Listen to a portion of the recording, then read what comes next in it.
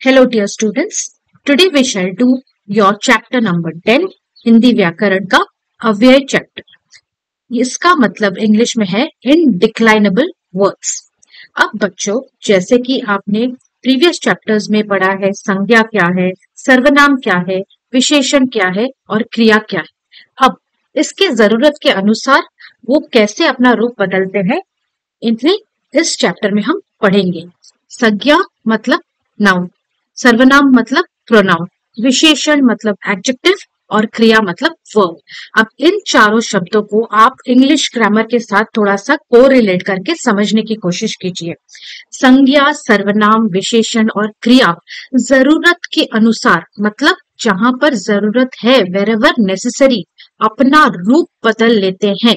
अपना रूप बदल लेते हैं मतलब they transform themselves according to the need of the sentence. ठीक है, वाक्य को कैसे प्रयोग किया जाएगा उस हिसाब से संज्ञा, सर्वनाम, विशेषण और क्रिया अपना रूप बदल लेते हैं। अतः इन्हें विकारी शब्द कहा जाता है। विकारी शब्द का मतलब क्या है? विकारी शब्द जो है विकार शब्द से आता है। विकार मतलब कोई चेंज, कोई ट्रांसफॉर्मेशन। तो जिन वाक्यों में प्रयोग होने के लिए ये संज्ञा, सर्वनाम, विशेषण और क्रिया, that means your noun, pronoun, adjective and verb, वो अपने में कुछ विकार लाते हैं, कुछ चेंज लाते हैं, उन शब्द को हम विकारी शब्द कहते हैं। अव्यय ऐसे शब्द है जो अपना रूप नहीं बदलते।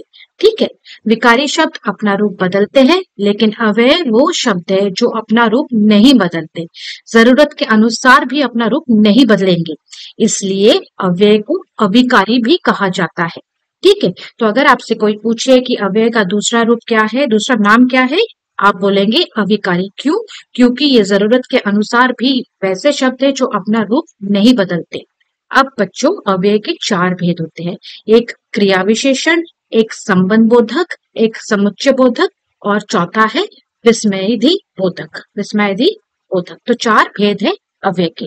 इन सबको हम डिटेल में अभी आगे पढ़ेंगे। पहला शुरू करते हैं क्रिया विशेषण।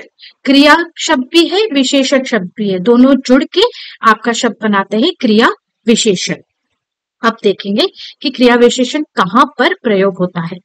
आदमी दूर जा चुका है, यहाँ पर एक रास्ता है, ये आदमी चल के जा रहा है, दिखाई दे रहा है कि काफी दूर तक जा चुका है।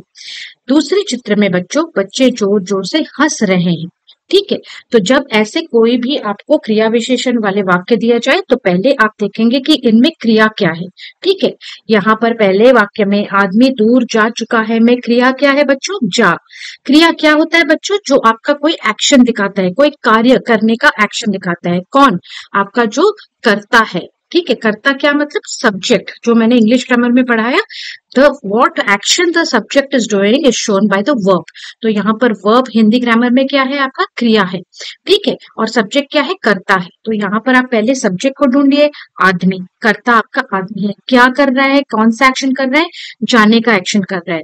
तो यहाँ पर आपने क्रिया ढूंढ लिया और कर्ता ढूंढ लिया। अब ये जो कर्ता है वो ये कार्य कैसे कर रहा है, क्रिया कैसे कर रहा है, क्या क्या किया? वो दूर तक जा चुका है। ठीक है, अब दूसरे वाक्य में देखिए, बच्चे जोर जोर से हंस रहे हैं। कौन जोर जोर से हंस रहा है? बच्चे जोर जोर से हंस रहे हैं। हंसने की क्रिया चल रही है और बच्चे कैसे हंस रहे हैं? जोर जोर से हंस रहे हैं।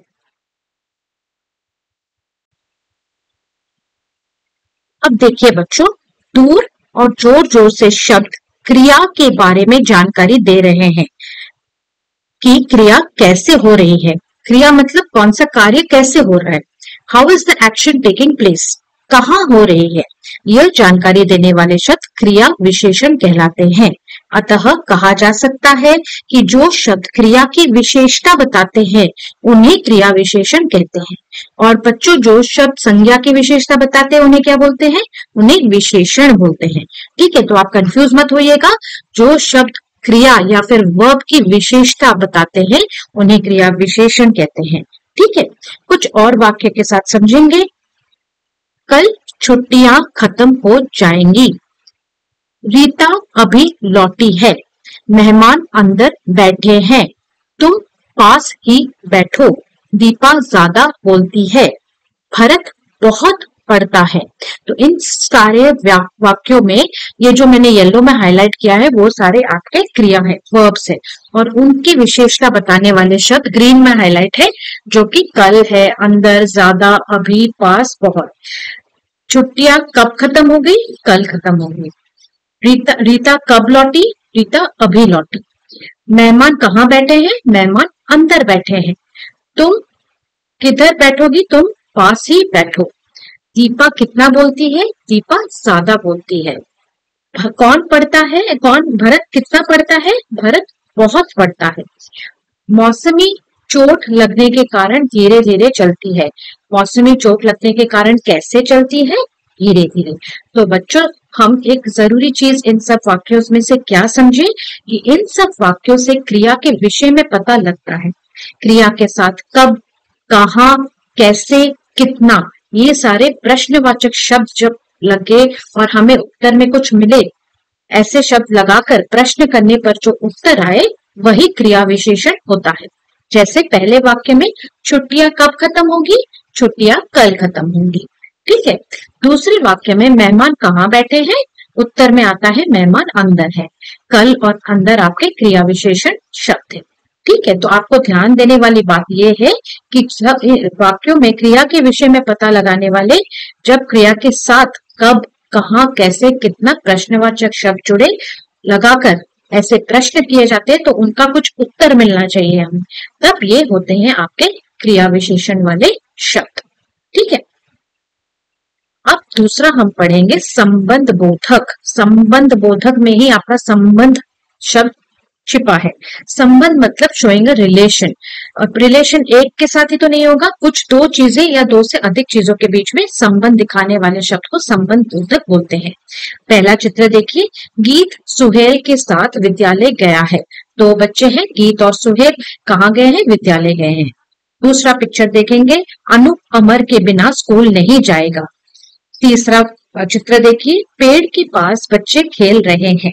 अब इन तीनों वाक्यों में आपको रिलेशन या संबंध दिखाई दे रहा है किसका? गीत और सुहेल का विद्यालय के साथ, अनूप अमर का स्कूल के साथ, और पेड़ का बच्चों के साथ। ठीक है। कुछ और उदाहरण देखेंगे।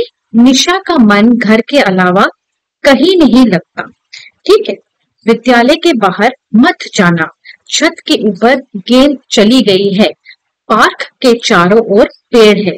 पलंग के नीचे कोई है। अब देखिए बच्चों, दिए गए वाक्यों में के साथ, के बिना, के अलावा, ठीक है, के पास का संबंध क्रमशः सुहेल, अमर और पेड़ संज्ञाओं से है, इसलिए ये संबंध बोधक है। अब जिस शब्द से संज्ञा या सर्वनाम का संबंध अन्य शब्दों से जुड़ता है वह शब्द संबंध बोधक होता है। आप यहाँ पर देखेंगे, निशा संज्ञा है, घर भी संज्ञा है। ठीक है। अब इन दोनों को का रिलेशन या संबंध बताने वाला शब्द कौन सा है? निशा का मन घर के अलावा। ठीक है। तो इन दोनों का संबंध बता रहा है के अलावा।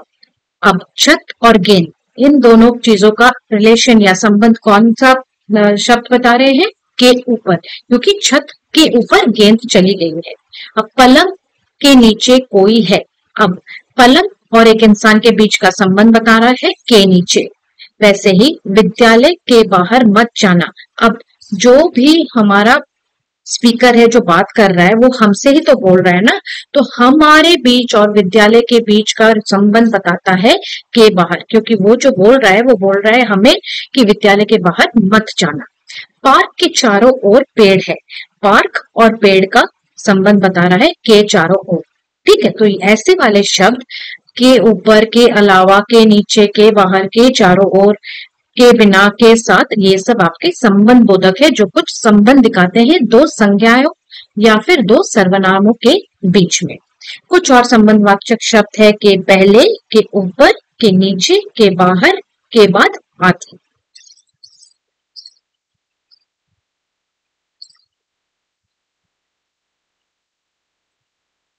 तीसरा हम पढ़ेंगे समुच्चय बोधक। पहला चित्र में एक वृक्ष है, हरा भरा, और दूसरा सूखा है। एक में फल लगे हैं किंतु दूसरे में पत्ते भी नहीं हैं। प्रीति, हरा भरा पेड़ अच्छा लगता है या सूखा? प्रीति ने कहा कि उसे हरा भरा पेड़ अच्छा लगता है। अब देखिए बच्चों, इस दोनों चित्र को ध्यान से देखिए। एक है तो दोनों ही पेड़ है, एक एकदम हरा भरा है, दूसरा वृक्ष सूखा सूखा है। अब बातचीत हो रही है प्रीति के बीच में। प्रीति बोलती है कि एक में फल लगे हैं किंतु दूसरे में पत्ते भी नहीं है। प्रीति, हरा भरा पेड़ अच्छा लगता है या सूखा? प्रीति ने कहा कि उसे हरा भरा पेड़ अच्छा लगता है। अब देखिए, इन चारों वाक्यों में मैंने ग्रीन में कुछ हाईलाइट किया है, जैसे शब्द और, किंतु, या और की। अब ये सब क्या कर रहे हैं बच्चों? इन वाक्यों में और, किंतु, या, की तो उपवाक्यों मतलब दो फ्रेजेस, जो मैंने आपको इंग्लिश ग्रामर में पढ़ाया है ना, दो फ्रेजेस या दो क्लॉजेस को जोड़ने का काम कर रहा है। मतलब दो अधूरे वाक्यों को जोड़ने वाला शब्दों को हम समुच्चय बोधक बोलते हैं। ठीक है, ताकि ये जोड़ने पर एक मीनिंगफुल सेंटेंस बन सके, जिसे हम समझ सकते हैं। इन्हें योजक भी कहा जाता है। तो योजक किसे कहते हैं? समुच्चय बोधक शब्दों को भी योजक कहते हैं। इस प्रकार जो शब्द दो शब्दों, टू वर्ड्स या फिर टू वाक्यांशों मतलब इनकम्प्लीट इन मीनिंग सेंटेंसेस, जिसे हम इंग्लिश में फ्रेजेस मानते हैं, वही है वाक्यांशों या फिर वाक्यों या फिर दो सेंटेंसेस को जोड़ने का काम करते हैं। दो शब्द, दो वाक्यांश या फिर किसी दो वाक्यों को जोड़ने का काम करने वाले शब्द किसे बोलते हैं? योजक बोलते हैं या फिर समुच्चय बोधक कहा जाता है। कुछ योजक इस प्रकार है: यद्यपि, जब तो, किंतु, परंतु, अतः, और, इसलिए, तथा, क्योंकि, की, चूंकि, यदि, तो, अन्यथा आदि। तो इस सबको आपको ध्यान में रखना है। कुछ और उदाहरण देखते हैं योजक के। विक्रम दौड़ा ही था कि नीचे गिर पड़ा। अब देखिए, ये एक वाक्यांश है, विक्रम दौड़ा ही था, और दूसरा है नीचे गिर पड़ा। क्या आपको अगर मैं बोलूं विक्रम दौड़ा ही था, उससे आपको समझ में आ रहा है? नहीं। नीचे गिर पड़ा, कौन नीचे गिर पड़ा, कैसे गिर पड़ा, कहां से गिर पड़ा, क्या ये वाक्यांश भी आपको समझ में आ रहा है? नहीं। तो इन दोनों वाक्यांशों को जोड़ने वाला शब्द की हमारा समुच्चयवाचक शब्द या फिर योजक कहलाता है, क्योंकि इसके जुड़ने पर ये दो वाक्यांशों का एक महत्वपूर्ण वाक्य बन सकता है, एक जिसके मीनिंग को या हम उस वाक्य को समझ सकते हैं कि विक्रम वो लड़का है जो दौड़ा ही था कि नीचे गिर पड़ा। ठीक है, वैसे ही सोनाली और सुहावनी बहनें हैं। तो यहाँ पर और जो समुच्चय बोधक है वो दो शब्द सोनाली और सुहावनी को जोड़ रहा है। वह देर से पहुंचा इसलिए गाड़ी छूट गई। वह देर से पहुंचा एक वाक्य है और गाड़ी छूट गई दूसरा वाक्य है। इन दोनों को जोड़ते हुआ इसलिए है हमारा योजक। यदि पास होना है तो मेहनत करो। तो यहाँ पर यदि और तो दोनों ही हमारे योजक है।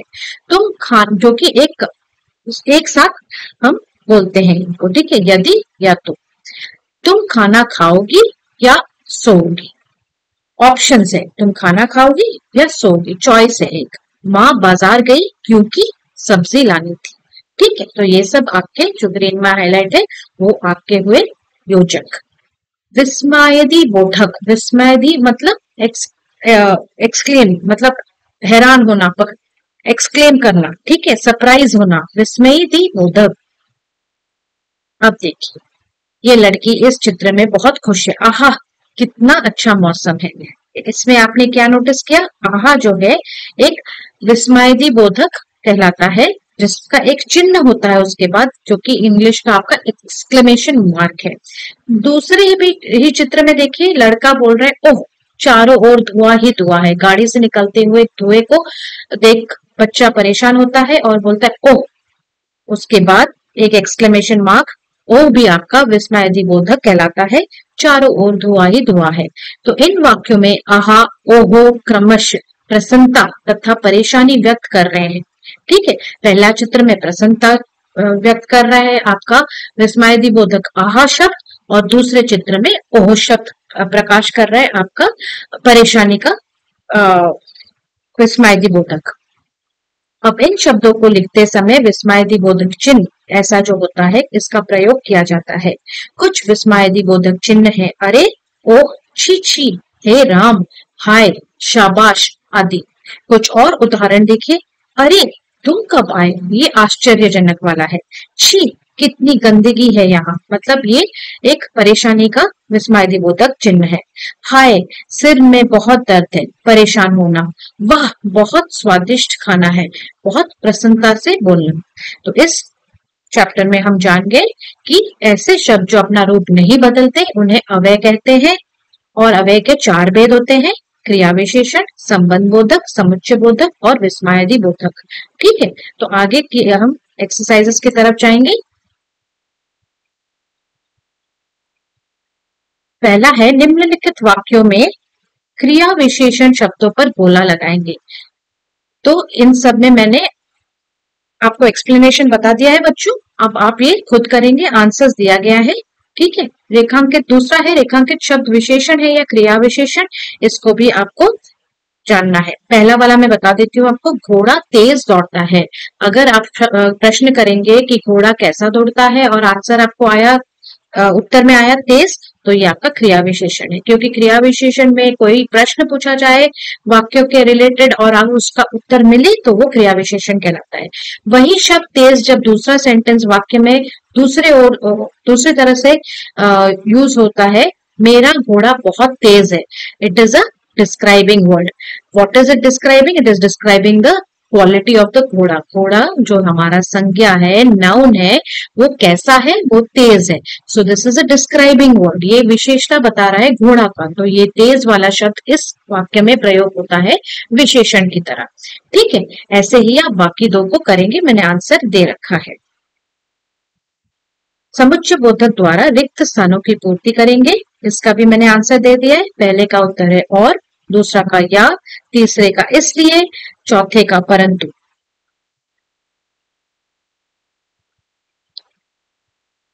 पांचवे का है कि, और सिक्स्थ वाला है अन्यथा। अब चौथा वाला देखेंगे, इन वाक्यों से संबंध बोधक शब्द चुनकर लिखिए। वह माँ के बिना कहीं नहीं जाता, पराठे के साथ सब्जी भी खाओ, पेड़ के नीचे बिल्ली बैठी है, दादी कमरे के अंदर है। के बिना, के साथ, के नीचे, के अंदर संबंध बोधक, क्योंकि वो रिलेशन बता रहा है दो संज्ञा या दो सर्वनाम के बीच में। अब पांचवा है, अव्यय और उसके भेद के सही विकल्प पर टिक लगाइए, ये भी आपके लिए किया गया है। आप पहले खुद करेंगे बच्चों, फिर देखेंगे। अब छठा है, विस्मयादि बोधक चिन्ह का प्रयोग करते हुए वाक्य फिर से लिखेंगे। आहा कितना सुहावना मौसम है, इसमें विस्मयादि बोधक आहा है, तो उसके बाद आपको यहाँ पर विस्मयादि बोधक चिन्ह लगाना है। शाबाश के बाद लगाना है, चीची के बाद लगाना है और अरे के बाद लगाना है। तो इसके साथ बच्चों we come to the end of your अव्यय चैप्टर। अगर आपको मेरा ये वीडियो अच्छा लगा, आपको कुछ समझ में आया, तो प्लीज जरूर लाइक, शेयर और सब्सक्राइब कीजिएगा बच्चों, और नोटिफिकेशन बटन को ऑन रखिए ताकि मैं आगे के वीडियोस डालूं तो आपको नोटिफिकेशन मिल जाएगा और आप उससे पढ़ सकते हैं। मेरे प्लेलिस्ट में, चैनल के प्लेलिस्ट में बहुत सारे आपके इंग्लिश वीडियोस, ग्रामर के, मैथ्स के, ईवीएस के और हिंदी व्याकरण के हैं, आप जरूर देखिएगा। और इंग्लिश ग्रामर रिलेटेड कुछ कॉन्सेप्ट्स एंड वर्कशीट्स भी है, मैथ्स रिलेटेड भी है, बहुत कुछ है जिसको आप यूज कर सकते हैं आपके आने वाले एग्जाम्स के लिए। थैंक यू बच्चों, एंड ऑल द बेस्ट।